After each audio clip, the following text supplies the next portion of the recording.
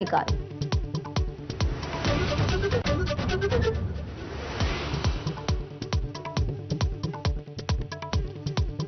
अजित पवारांचा गटच खरी राष्ट्रवादी, निवडणूक आयोगापाठोपाठ विधानसभा अध्यक्षांचाही निर्णय, शरद पवार गटाला मोठा धक्का।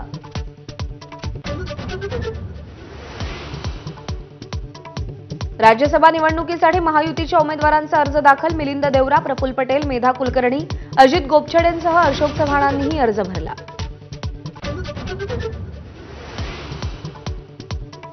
मराठा आरक्षणासाठी 20 आणि 21 फेब्रुवारीला अधिवेशन होण्याची शक्यता, 21 फेब्रुवारीला आरक्षणाची अधिसूचना कायद्यात मंजूर होणार, विधिमंडळ सूत्रांची माहिती।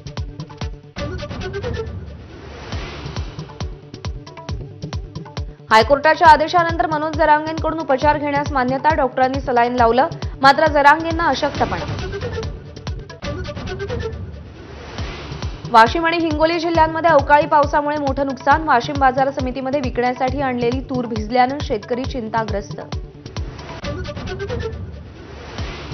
राजकीय पक्षांना निधी देण्यासाठीचे इलेक्टोरल बॉन्ड सुप्रीम कोर्टानं घटनाविरोधी ठरवले, 2018 पासूनची सर्व माहिती स्टेट बँकेनं निवडणूक आयोगाला द्यावी, सुप्रीम कोर्टाचे आदेश।